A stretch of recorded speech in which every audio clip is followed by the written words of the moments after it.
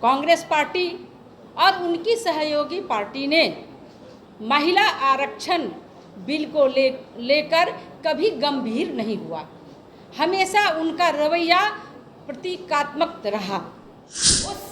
उन बहनों की तरह जो संसद में गूंजती है, जिनकी आवाज़ें विधानसभाओं में जो शेरनी की तरह ललकारती हैं, ऐसी बहनों की तरह काश मैं भी होती। तो ये काश अब सपना नहीं है। और सभी राज्यों के विधानसभा में 33% सीटें आरक्षित होंगी महिलाओं के लिए।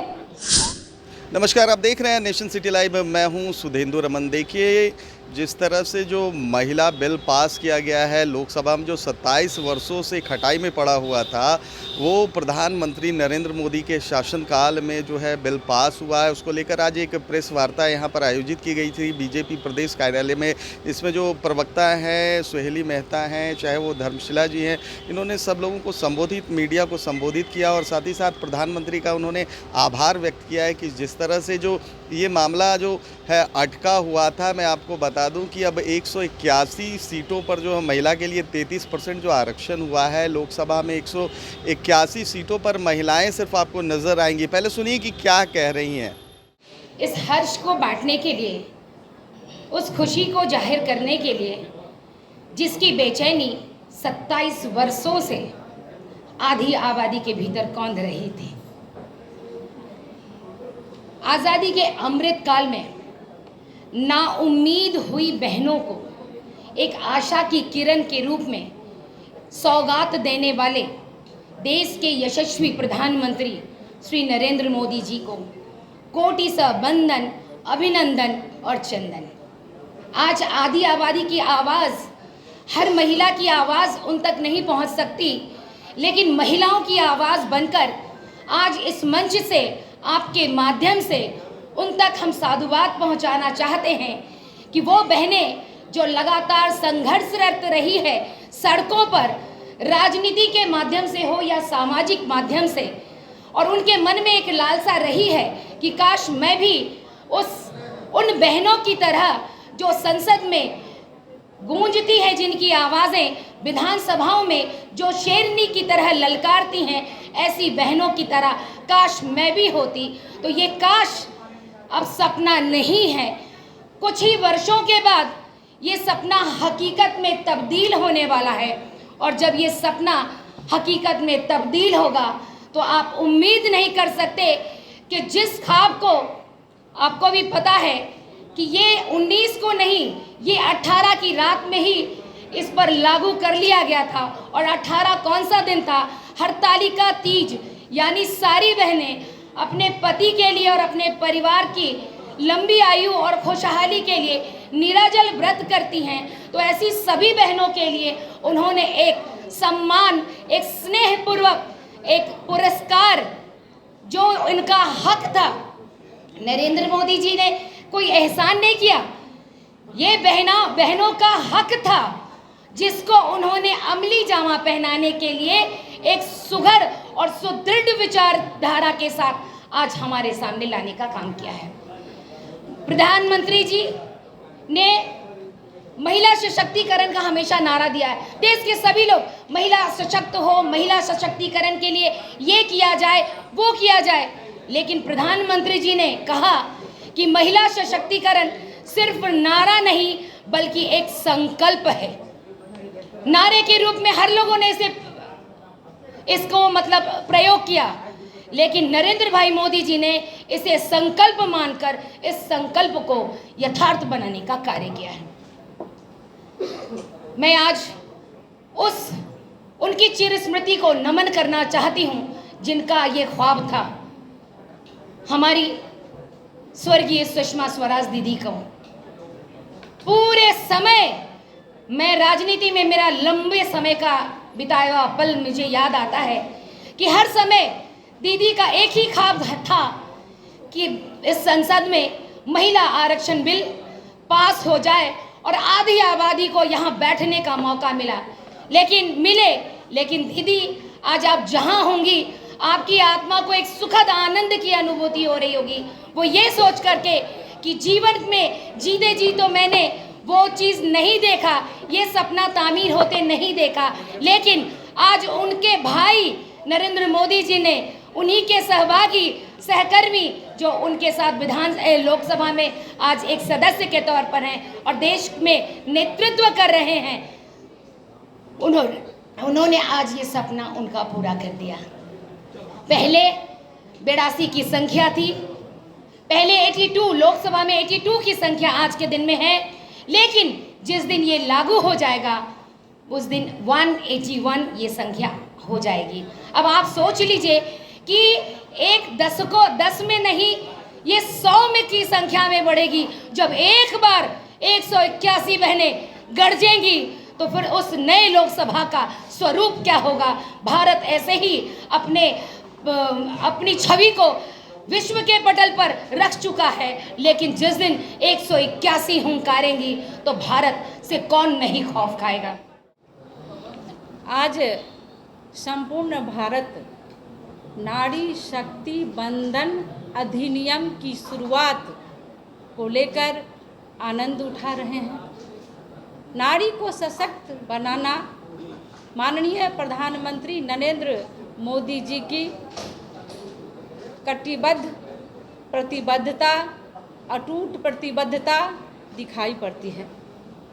अफसोस की बात है कि विपक्ष इसे पचा नहीं पा रहा है, और इससे भी अधिक शर्मनाक बात यह है कि हमेशा कांग्रेस पार्टी और उनकी सहयोगी पार्टी ने महिला आरक्षण बिल को लेकर कभी गंभीर नहीं हुआ।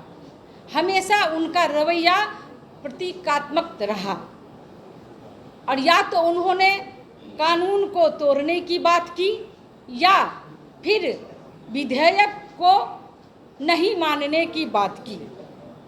उनका दोहरा चरित्र किसी से छुपा नहीं है, चाहे वह कितना ही स्टंट लगा लें।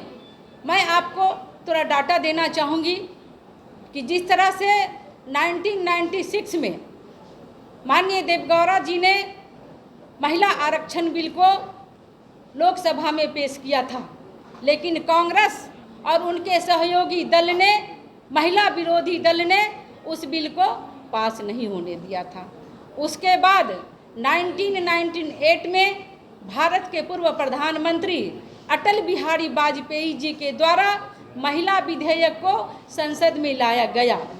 वहाँ पर पुनः कांग्रेस जो महिला विरोधी है और उनके सहयोगी दल ने महिला आरक्षण बिल को पास नहीं होने दिया। उसके बाद 1999, 2002 और 2003 लगातार भारत के पूर्व प्रधानमंत्री अटल बिहारी वाजपेयी ने महिला आरक्षण बिल को पास कराने के लिए लगातार 3 बार संसद में इस बिल को पेश किए, लेकिन महिला विरोधी कांग्रेस और उनके सहयोगी दल ने इसको पास नहीं होने दिया और उस आरक्षण बिल को फाड़कर फेंकने का काम किया। 2008 में मनमोहन जी की सरकार आई, उन्होंने राज्यसभा में महिला आरक्षण बिल को पेश किया, वहाँ भी वो पास नहीं हो पाया। फिर 2010 में उन्होंने लोकसभा में महिला आरक्षण बिल को पेश किया, लेकिन उनके ही सहयोगी दल, उनके ही सरकार की कांग्रेस महिला विरोधी सरकार और उनके सहयोगी ने महिला आरक्षण बिल को पास नहीं होने दिया।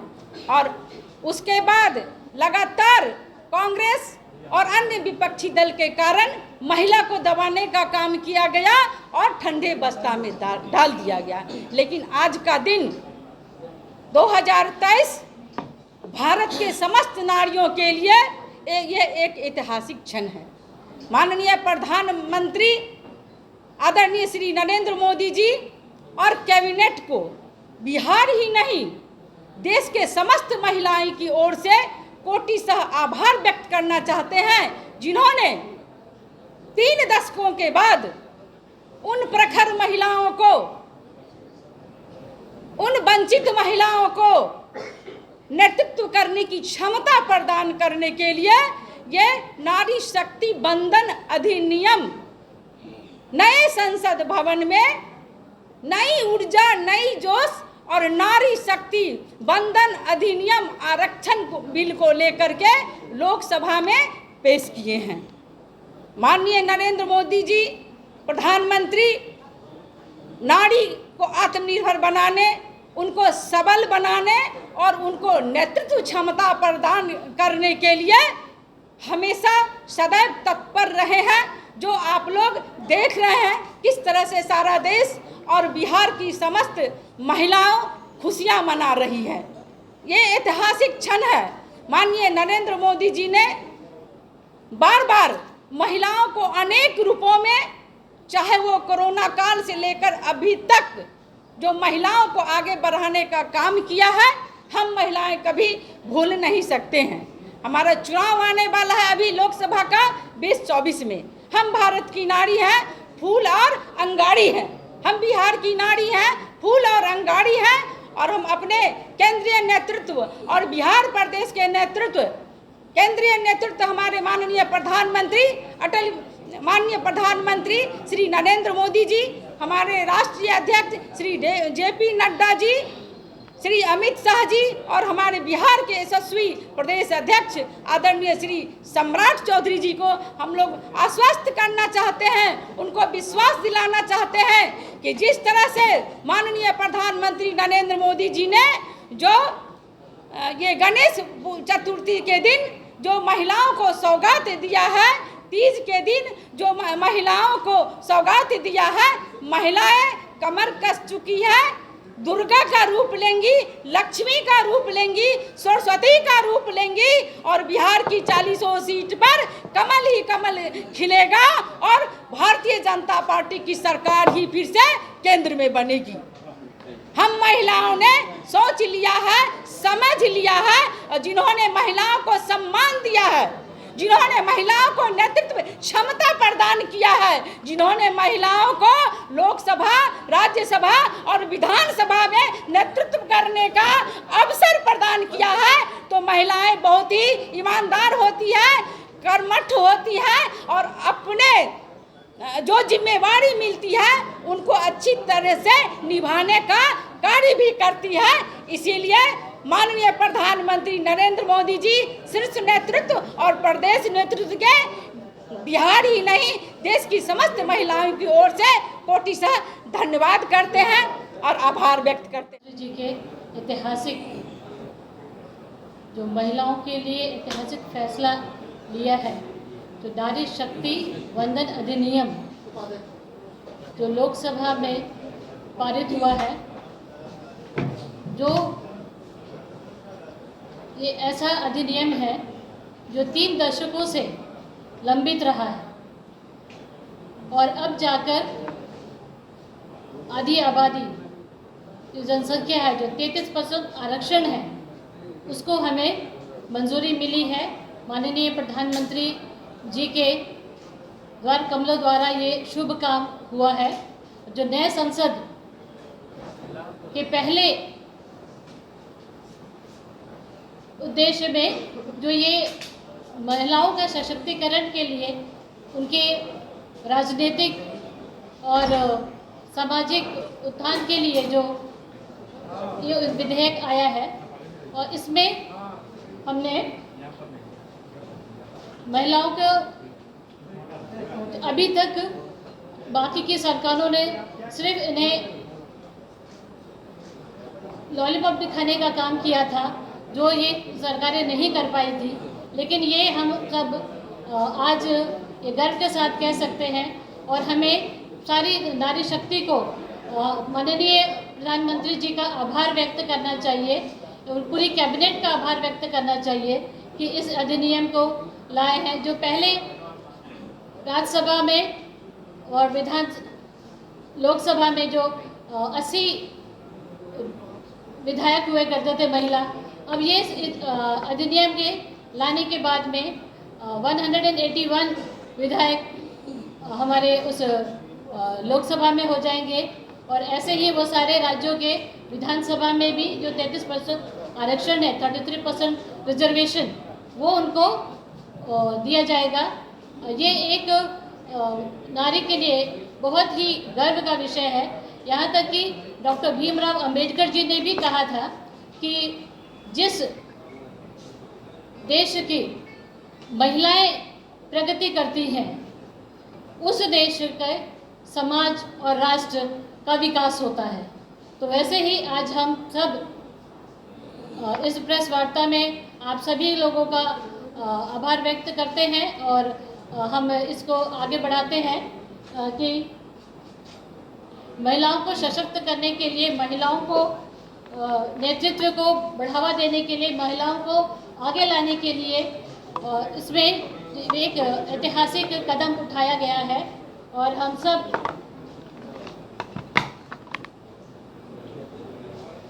और हमें बहुत अफसोस के साथ कहना पड़ रहा है कि विपक्षियों के द्वारा ये बात पच नहीं रही है उनको कि वे अपने इस या तो वो ये नियम ला नहीं पाए। तो 2008 में जब वो लेकर आए थे तो या उनके जो समर्थक दल हैं वो उसको उन्हें समर्थन नहीं दे पाए। और जब 2014 में जब नरेंद्र मोदी जी की सरकार बनी तब वो विधेयक अपने आप ही वो लैप्स हो गया और अब वो सिर्फ इसका जो क्रेडिट लेने के लिए सिर्फ इसकी होड़ में लगा हुआ है, लेकिन जो क्रेडिट उसी को मिलता है जो सही मायने में उसे को लागू करता है। और हमारे प्रधानमंत्री मोदी जी के ये मन में ये विश्वास है और वो ये करने की इच्छा व्यक्त करते हैं। वो उनके कर्मों से पता चलता है कि उन्होंने इस विधेयक को लाए और इसे लागू किया। ने आपको बड़े हर्ष के साथ आमंत्रित किया है कि 2 दिन पहले 27 साल से लंबित महिला आरक्षण बिल को केंद्रीय कैबिनेट से जब मंजूरी मिली तो एक आशा से निश्चित रूप से जगी और कल होकर ही नई संसद में पहले अभिभाषण में आदरणीय प्रधानमंत्री जी ने महिला आरक्षण बिल की उन्होंने घोषणा की, पेश करने की और आदरणीय कानून मंत्री ने महिला आरक्षण बिल को नारी शक्ति वंदन अधिनियम 2023 के नाम से उन्होंने पेश किया। इस युगांतकारी निर्णय के लिए और मजबूत कदम के लिए आदरणीय प्रधानमंत्री जी एवं आदरणीय कानून मंत्री जी को पूरे भारत की महिलाओं की ओर से हम सभी कोटि कोटि आभार व्यक्त करते हैं और अभिनंदन व्यक्त करते हैं।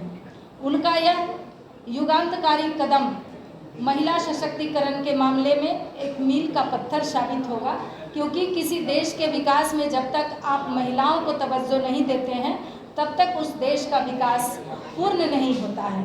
आज महिलाएं हर क्षेत्र में अपने को साबित कर चुकी हैं, अपनी क्षमताओं को साबित कर चुकी हैं। उसी को देखते हुए आदरणीय नरेंद्र मोदी जी ने हमारी क्षमता पर विश्वास किया है और उन्होंने भारत की महिलाओं को ये मौका दिया है, जिसमें लोकसभा में और सभी राज्यों के विधानसभा में 33% सीटें आरक्षित होंगी महिलाओं के लिए और उसमें 33% SC ST के लिए आरक्षित होंगी। आज भी लोकसभा में महिलाओं की संख्या भारतीय जनता पार्टी में सभी पार्टियों से सबसे ज़्यादा है।